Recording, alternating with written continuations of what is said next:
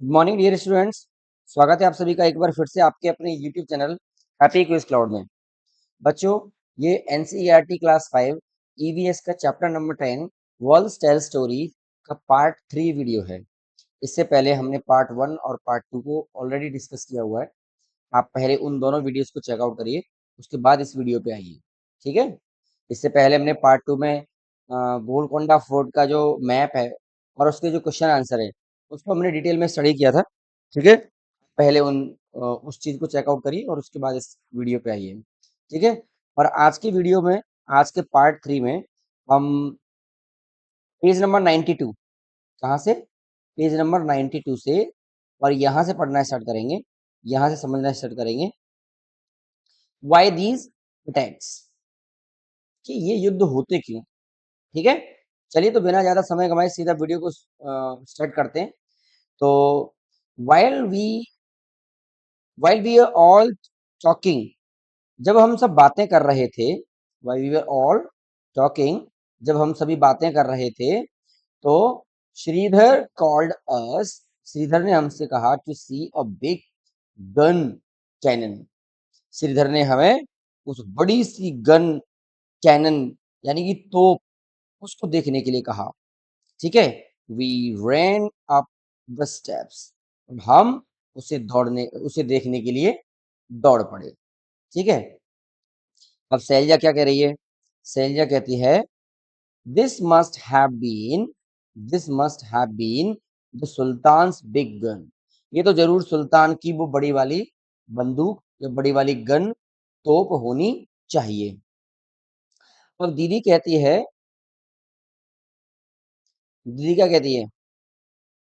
दीदी कहती है कि this was used by Aurangzeb, इसका इस्तेमाल किसके द्वारा किया गया है? औरंगजेब का।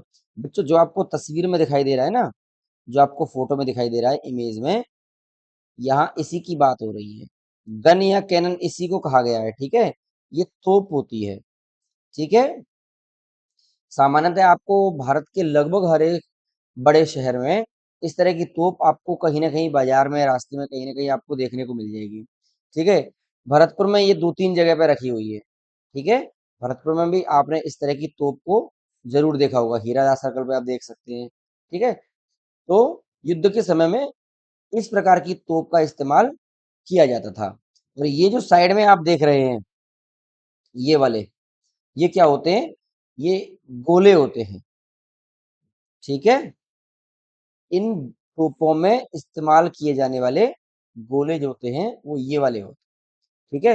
इनको पीछे, तोप के पीछे इनको भरा जाता था और बाद में फिर इनको ब्लास्ट किया जाता था। ठीक है। इनको फायर किया जाता था। आगे बढ़ते हैं। कह रहा है, दीदी क्या कह रही है कि this was used by Aurangzeb, ये किसके द्वारा इस्तेमाल में लाए जाते थे? औरंगजेब द्वारा इस्तेमाल में लाया गया था। His full army came, his full army came with their guns and cannons to attack. वो अपनी पूरी सेना के साथ, अपनी बंदूकें, तोपों के साथ आक्रमण करने के लिए आया था। But but they could not even enter the fort, लेकिन वो किले में अंदर प्रवेश नहीं कर पाए। For 8 months they camped outside the fort, और 8 महीने तक वो लोग गेट के बाहर ही डेरे डालकर पड़े रहे। कैंप्ड आउटसाइड। ठीक है। कैंप आउटसाइड का मतलब हो गया कैंप लगाकर गेट के बाहर पड़े रहना। तो औरंगजेब की सेना जो थी, 8 महीने तक गोलकोंडा फोर्ट के दरवाजे के बाहर टेंट लगाकर, कैंप लगाकर, या कहें तो तंबू डेरा डाल के पड़ी रही वहां पे, लेकिन वो गेट के अंदर प्रवेश नहीं कर पाई। अब आगे बढ़ते हैं। सैलजा बोली, why would the army come here to come here all the way from Delhi. अच्छा, एक बात मेरे समझ में नहीं आ रही कि इतनी बड़ी सेना और इतनी दूर से, दिल्ली से, यहाँ गोलकोंडा आई क्यों? ठीक है। आप देखो कि गोलकोंडा कहाँ है? भारत के दक्षिणी इलाके में। कहाँ है? भारत के दक्षिण इलाके में गोलकोंडा है। और दिल्ली कहाँ पे है? दिल्ली भारत के नॉर्थ में है। दिल्ली यहाँ पे है ना? और गोलकोंडा कहाँ पे है? यहाँ पे है। समझ रहे हैं इस बात को? इतनी दूरी तय करके यहाँ तक मेरे ये नहीं समझ में आ रही कि भाई ये सेना आई क्यों? ठीक है। और आगे क्या कह रहा है? दीदी ने समझाया, दीदी ने कहा इन दोज डेज, उन दिनों में, एम्परर्स एंड किंग्स, उन दिनों में शासक और राजा महाराजे जो हुआ करते थे, प्लेड सच ट्रिक्स, इस तरह की चालाकियां चलते थे। किस तरह की चालाकी चलते थे? They tried to make smaller kingdoms, they tried to make smaller kingdoms part of their own kingdom. वो क्या करते थे? अपने आसपास के छोटे छोटे राज्यों को, अपने छोटे छोटे राजाओं को अपने में मिलाया करते थे, अपने में मिलाने की कोशिश किया करते थे। ये छोटे छोटे राज्यों को अपने राज्य में मिलाकर अपने साम्राज्य का विस्तार करने की क्या करते थे? हमेशा प्रयास करते रहते थे। ठीक है। उनकी इस नीति को क्या कहा जाता था? विस्तारवादी नीति, है ना? सभी राजा इस एक सिद्धांत को मानने वाले थे। वो हमेशा से अपने साम्राज्य में क्या करना चाहते थे? विस्तार करना चाहते थे, अपने साम्राज्य को निरंतर बढ़ाते रहना चाहते थे। ठीक है। तो उसके लिए उनको क्या करना पड़ता था? उनके लिए दीदी बता रही है, उनको क्या करना पड़ता था? This was done sometimes by friendship, sometimes by flattery, और even by marriage between families. कई बार तो वो छोटे छोटे राज्यों को मित्रता के स्वरूप, मित्रता के माध्यम से अपने में मिला लिया करते थे। और जो छोटे राजा होते थे, तो वो टेक्निकली इस चीज को स्वीकार भी कर लेते थे, क्योंकि वो छोटे राजा हैं। कल को कोई बड़ा शत्रु, कल को कोई बड़ा राजा, बड़ी सेना उनके ऊपर आक्रमण करेगी तो उनको क्या है?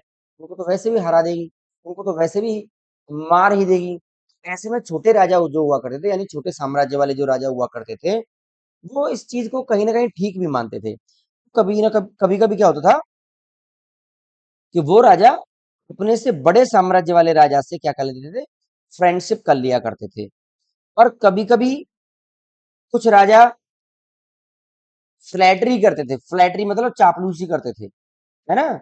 उनको मीठी मीठी बातों में उनको बहला फुसला कर, है ना, उनको किसी चीज का लोभ देकर, किसी चीज का लालच देकर, किसी चीज का भय दिखाकर, है ना, कि जैसे मान लो किसी छोटे राजा को भय दिखा दिया कि भाई आपके पड़ोस में ये राजा है, वो हमेशा आपसे वैर रखता है, या वो आपको आपके ऊपर आक्रमण करने की योजना बनाते रहता है, जो भी है ना। तो इस तरह से क्या होता है, कभी कभी फ्लैटरी से भी छोटे राजा जो होते थे, बड़े राजा जो होते थे, छोटे राजाओं को अपने में मिला लिया करते थे। और कभी कभी क्या होता था? कभी कभी दोनों राज परिवारों के बीच में शादी संबंध स्थापित हो जाते थे। कभी कभी दोनों बड़े राज परिवारों के बीच में शादी संबंध भी स्थापित हुआ करते थे, जिससे क्या होता था? छोटे परिवार, छोटे परिवार जो थे वो बड़े राजा में विलीन हो जाया करते थे। ठीक है। And when nothing else worked, और जब इनमें से कुछ भी काम नहीं करता था, तो दे ऑल्सो अटैक्ड देम, तब वे दूसरे राजाओं पे क्या कर दिया करते थे? अटैक भी कर दिया करते थे, आक्रमण भी कर दिया करते थे। समझ पा रहे हैं बात? यानी कि साम दाम दंड भेद सारी नीति अपनाकर छोटे राजा हमेशा, बड़े राजा जो थे वो हमेशा छोटे राजाओं को, छोटे वाले साम्राज्य वाले राजाओं को अपने में मिलाया करते रहने का प्रयास करते रहते थे। आगे बढ़ते हैं। अब देखो कल्याणी क्या कहती है। कल्याणी कहती है, why is it that Aurangzeb's army could not get into the fort. अब कल्याणी बोली, why it why is it that कि Aurangzeb's army could not get into the fort. अच्छा, ऐसे कैसे पॉसिबल हो पाया कि औरंगजेब की आर्मी गेट के अंदर ही प्रवेश नहीं कर पाई, है ना? ऐसा क्या था भाई कि औरंगजेब की आर्मी गेट के अंदर ही नहीं घुस पाई? समझ पा रहे हैं? तो मैंने आपको बताया था कि जो गेट हुआ करता था वो बहुत विशाल होता था, बहुत भारी, बहुत बड़ा गेट होता था। ठीक है, क्या कह रहा है? He had so many soldiers and big guns, जबकि वो अपने पास बहुत सारे सैनिक और बहुत बड़ी बड़ी क्या लेके आया था? गन्स लेके आया था, बंदूकें लेके आया था, तोपें लेके आया था। तो शैलजा कह रही है, didn't you see the strong thick walls, क्या तुमको ये मजबूत मोटी मोटी दीवारें दिखाई नहीं पड़ती? इनको पार करके कैसे कोई दुश्मन जो है किले के अंदर प्रवेश कर पाएगा? इन द मैप, और मैप के अंदर भी, there is a long deep ditch pit along the wall, और नक्शे में भी हमको साफ दिखाई देता है कि किले की दीवार के चारों तरफ क्या है? एक लॉन्ग डीप डिच है, पिट। डिच का मतलब गड्ढा, सही। समझ रहे हैं? ये चारों तरफ क्या है इसके? कर पाना इतना आसान काम नहीं है। ठीक है, ये वाली जो चीज है किले के बाहर है। जैसा कि आपने भरतपुर में भी देखा होगा, भरतपुर का जो फोर्ट है, भरतपुर का जो फोर्ट है, उस फोर्ट के अ, चारों तरफ, उस फोर्ट के चारों तरफ एक नहर है ना?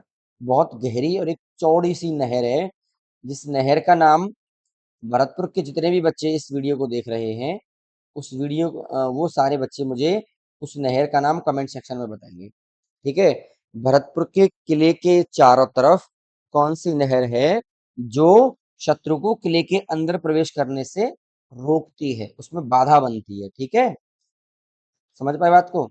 ये आप मुझे कमेंट सेक्शन में बताएंगे, जो भी बच्चे भरतपुर के हैं या भरतपुर की जानकारी रखते हैं। ठीक है, आगे बढ़ते हैं।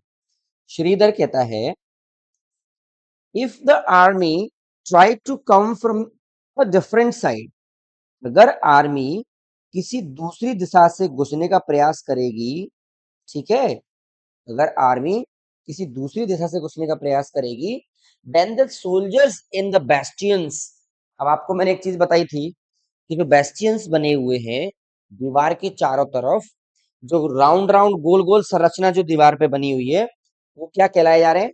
बेस्टियंस कहलाते हैं। बेस्टियंस को बनाया ही किस लिए गया है? ताकि ताकि किले के बाहर की सारी दुश्मन की गतिविधियां, दुश्मन की सारी सारी एक्टिविटीज को नोट किया जा सके, है ना? उसको मॉनिटर किया जा सके, उसको ऑब्जर्व किया जा सके, और अंदर बैठी अपनी सेना को पहले ही क्या कर दिया जा सके? खतरे से आगाह कर दिया जा सके, उनको पहले सूचना दी जा सके, है ना? तो क्या कह रहा है कि if the army try to come from a different side, अगर आर्मी दूसरी दिशा से घुसने का प्रयास भी करती है, तो then the soldiers in the bastions would have seen it from a distance, तो bastions के अंदर जो बैठे सैनिक होते हैं वो दुश्मन को बहुत दूर से ही भांप लेंगे, उनको पहले ही वो देख लेंगे और अपनी सेना को सतर्क कर देंगे। आगे बढ़ते हैं। No wonder it was difficult to attack the fort, इसमें कोई आश्चर्य की बात नहीं है कि इतनी भयंकर सिक्योरिटी के बाद इस किले पर आक्रमण करना कोई आसान काम नहीं था। It was very difficult. ठीक है, अब कल्याणी कहती है, इमेजिन, कल्याणी क्या बोली कि imagine army is coming on horses and elephants, मान लो कि सेना हाथी घोड़ों पर चल के आ रही है, विद ऑल देयर गन्स, अपने साथ में क्या लेकर? तोप लेकर। Here sultan's army stand fully prepared, और उस दशा में सुल्तान की आर्मी भी हमेशा फुल्ली रहती है, क्या? रेडी, प्रिपेयर्ड, पहले से तैयार रहती है। ठीक है, और पहले से तैयार सैनिकों को जो बेस्टियंस में बैठे हुए सैनिक होते हैं वो क्या कर देते हैं? अलर्ट कर देते हैं। क्या कर देते हैं? अलर्ट कर देते हैं। ठीक है, तो शैलजा बोली, oh no, how many people and soldiers on both the sides, must have been killed in all this fighting. अरे माय गॉड, कि इस तरह के युद्ध में तो दोनों तरफ से कितने सारे लोगों की, कितने सारे सैनिकों की हत्या हो जाती होगी, कितने सारे लोग और सैनिक मारे जाते होंगे. Why do people attack and have wars? इस तरह से लोग क्यों युद्ध करते हैं, है ना? लोग लड़ते क्यों हैं, युद्ध क्यों करते हैं, है ना? और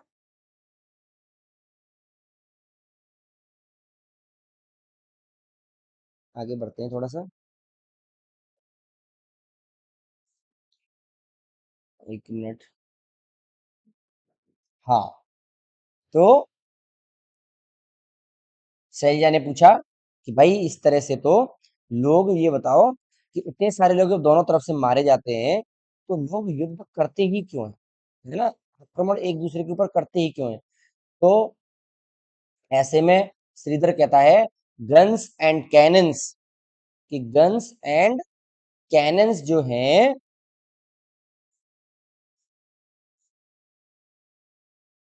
हाँ, श्रीधर क्या कहता है कि guns and cannons are the things of past now, कि भैया ये जो तोप और बंदूक की लड़ाई है ना, ये तो गुजरे जमाने की बातें हो गई. अब क्या हो गई, ये तो भैया गुजरे जमाने की बातें हो गई. आजकल तो जमाना किसका है कि these days many countries have nuclear bomb. आज के जमाने में तो भैया बहुत सारे देशों के पास क्या है, न्यूक्लियर बॉम्ब. न्यूक्लियर बॉम्ब, आपने कभी सुना है इसका नाम, न्यूक्लियर बॉम्ब? बेटा इसी को एटम बॉम्ब भी बोलते हैं, इसी को हिंदी में परमाणु बम भी बोलते हैं. ठीक है, इसको परमाणु बम बोला जाता है. तो अब आपसे क्या पूछा गया है, क्या कह रहा है ये, कि भाई single bomb can can cause so much destruction. एक अकेली बम, है ना, एक अकेली बम जो होती है भयंकर तबाही लाने के लिए पर्याप्त होती है. ठीक है. अब मैं आपसे क्वेश्चन पूछना चाहता हूँ, या मैं आपको खुद मैं ही बता देना चाहता हूँ. देखिए, ये जो एटम बम होती है ना, इसका सर्वप्रथम इस्तेमाल जो है, देखो इसका एक ही बार इस्तेमाल किया गया है. एटम बम बम का इस्तेमाल अभी तक सिर्फ एक ही बार किया गया है, और वो किया गया है किसके द्वारा, अमेरिका के द्वारा. किसके द्वारा किया गया है, यूएसए के द्वारा. अभी तक केवल एक ही बार एटम बॉम्ब का इस दुनिया में इस्तेमाल किया गया है. ठीक है, ये किया गया था 6 अगस्त 1945 एंड 9 अगस्त 1945. देखो, 6 अगस्त को हिरोशिमा पे डाला गया था, किस पे, हिरोशिमा, हिरोशिमा. और 9 अगस्त को बॉम्ब कहाँ डाला गया था, नागासाकी, नागासाकी. नागासाकी का स्पेलिंग थोड़ा एक बार आप चेक कर लीजिएगा, मुझे थोड़ा सा ही ध्यान में है, नागासाकी. तो मैं आपको बता दूं कि जो ये एटम बॉम्ब जो होती है, परमाणु बॉम्ब जो होती है, ये परमाणु बॉम्ब जो होती है इतनी खतरनाक होती है कि एक बॉम्ब एक शहर को नष्ट करने के लिए पर्याप्त होती है. ठीक है, कि एक बॉम्ब जो होती है एक शहर को नष्ट करने के लिए पर्याप्त होती है. देखो, 6 अगस्त 1945 को द्वितीय विश्व युद्ध के समय, अच्छा ये बम कब गिराए गए थे, सेकेंड वर्ल्ड वॉर के टाइम पे, सेकेंड वर्ल्ड वॉर के टाइम पे ये बॉम्ब गिराए गए थे. तो जो बॉम्ब नागासाकी, जो बॉम्ब हिरोशिमा पे 6 अगस्त को गिराया गया था, उस बॉम्ब का नाम रखा गया, उस बॉम्ब को जाना जाता है किसके नाम से, लिटिल बॉय के नाम से. किसके नाम से जाना जाता है, लिटिल बॉय. और जो बम नागासाकी पर गिराया गया था, नागासाकी का स्पेलिंग एक बार मैं आपको करेक्ट करके बताता हूँ. नागासाकी का स्पेलिंग इधर लिख देता हूँ, थोड़ा यहाँ देख लीजिए, नागासाकी. इस शहर पे जो बम गिराई गई थी, ये जापान के दो शहर हैं, हिरोशिमा और नागासाकी जापान के दो शहरों के नाम है. तो इस पे जो बम गिराया था उसका नाम रखा गया फैट मैन. क्या नाम रखा गया है, फैट मैन. और उस वाले बम का नाम क्या रखा गया है, लिटिल बॉय. ठीक है। जो हिरोशिमा पे गिराया गया उसका क्या क्या नाम रखा गया है? Little boy. और जो नागासाकी पे गिराया गया उसका नाम क्या रखा गया था? Fat man. एक को गिराया गया 6 अगस्त, एक को गिराया गया 9 अगस्त। ठीक है, 1945 याद रखेंगे। समझे बात को? ये चीज आप याद रखेंगे।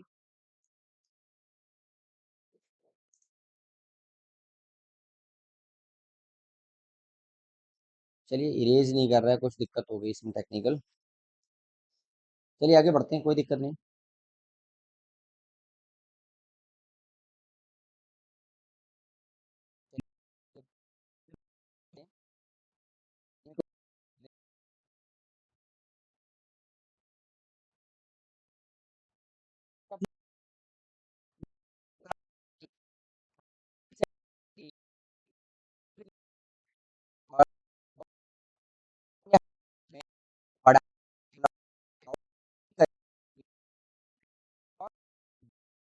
With another country. ये बड़ा इंटरेस्टिंग सा क्वेश्चन उन्होंने पूछा है कि आपको बताना है कि हाल ही में क्या कोई ऐसा देश है जिसका दूसरे देश के साथ में युद्ध के हालात बने हुए हैं, यानी युद्ध की स्थिति बनी हुई है उन दोनों कंट्रीज में। तो ये वाली बात आप मुझे कमेंट सेक्शन में बताएंगे।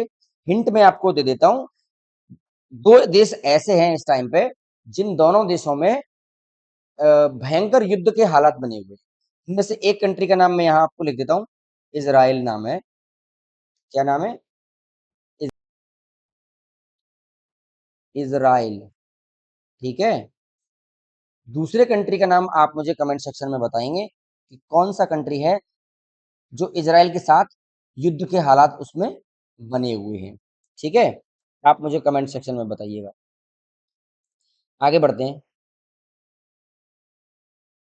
अगला क्या क्वेश्चन पूछ रहा है? Find out what was the reason for this war. और आपको ये भी पता लगाना है कि उस युद्ध का कारण क्या है ना? आपको ये चीज मुझे आपको ये चीज अपने नोटबुक में लिखनी है। ठीक है, कमेंट में तो आप केवल ये बताइए इजराइल के साथ किस देश का विवाद है। What kind of weapons are used in this war.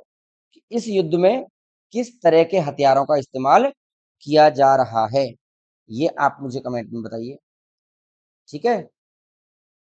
अगला, what kind of destruction was caused because of this. और इस युद्ध के कारण किस तरह की बर्बादियां हो रही हैं, किस तरह की हानि लोगों को हो रही है, जान माल की किस तरह से हानि हो रही है, ये भी आप मुझे कमेंट में बता सकते हैं। और आपको अपनी नोटबुक में तो लिखना ही लिखना है। ठीक है, चलिए आगे बढ़ते हैं।